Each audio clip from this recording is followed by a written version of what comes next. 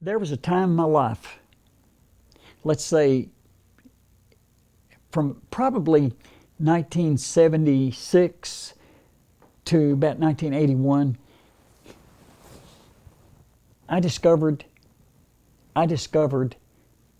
that I knew I could run long distances, but I discovered that I could really run long distances. In 1964, I ran the Boston Marathon. I was the first Southerner to run the Boston Marathon.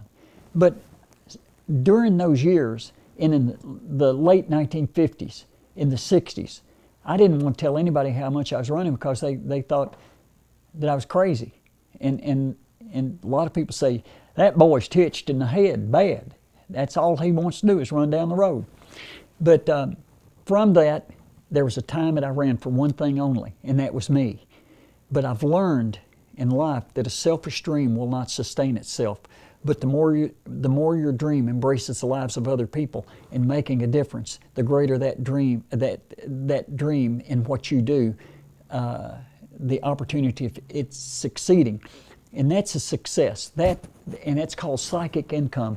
That's what you can't put a dollar value on. Even when I was a little boy, 7 years old, there was things, because I had hard work to do on the farm. And I was 7 years old, and I guess I didn't have the words to put to it, but I was doing my own human performance laboratory. I noticed that I had to run all the time and chase cows and do this, and farmers would come to borrow me because I could run, and they'd say, we need to borrow your boy, Mr. Cottrell. We need to have him. We had an old mule to get out, and he could run him down. And I noticed that if there were certain things I didn't eat, I could just run. I could run like a scalded dog. And then if I didn't eat, it didn't mean I was going to die from not eating it, but I could run better. And I started noticing that stuff very on. You put low octane fuel into your body, the motor's going to knock. Heart attack, obesity, hypertension, all kind of disorders come from just being overweight and inactive. And the five leading killers in the United States is our own doing, lifestyle killers. And I just thought, all I want to do is set records. And I thought that would make me happy, that would make me complete, that I would be a fulfilled individual. And I was also thinking, Robert Redford, there's going to be a new kid in town, so get out of the way. When I ran across the state of Georgia, I thought that doors would open up and opportunities. The only thing that took place in 1978, it just further labeled me as a nut. But messages started boiling up within inside me. Like I'd say, there's 4 outs in the world. There's cop-outs, dropouts, and holdouts. Don't allow that to be in your mind. Every time you go in that classroom, if you make a C and you can make a B, you're copping out and dropping out. And I said, if you're living that kind of a life, when you grow up, you're going to be a C person in life, and you're never going to achieve your potential. My motto is all out, all out.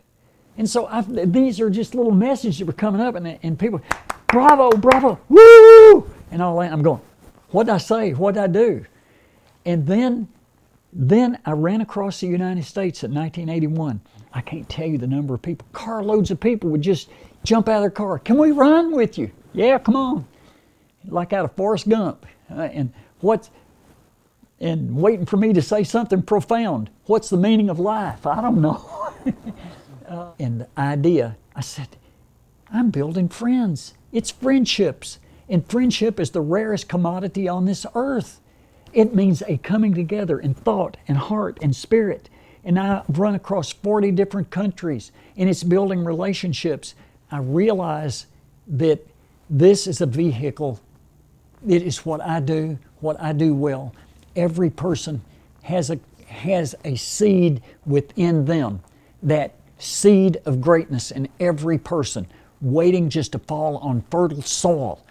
Don't keep your talents, don't keep your voice hid and keep it silent. Every person is a dynamic 1/1. That's what the painters put on their paintings, one, or if it's a limited edition. They'll put one over so many prints and all that. But every person I meet, you, Ken, all of us, with us, our picture hanging on the Hall of Fame and the Hall of Faith, rather, 1/1. We're divine originals. Everything that I've done has brought me to this point. My best race is yet to be run. Somebody asked me about 2 years ago, what's the best speech you've ever given? I haven't given it yet. What's the best race you've ever run? I haven't given it yet. All for 77 years, this has all been preparation. So put on your seatbelts, world. You ain't seen nothing yet, because this is going to be a revolution, what we're doing. A revolution in friendship, a revolution in healing, and in seeing people come back together again, and seeing people not as people to be feared, but as people to be loved.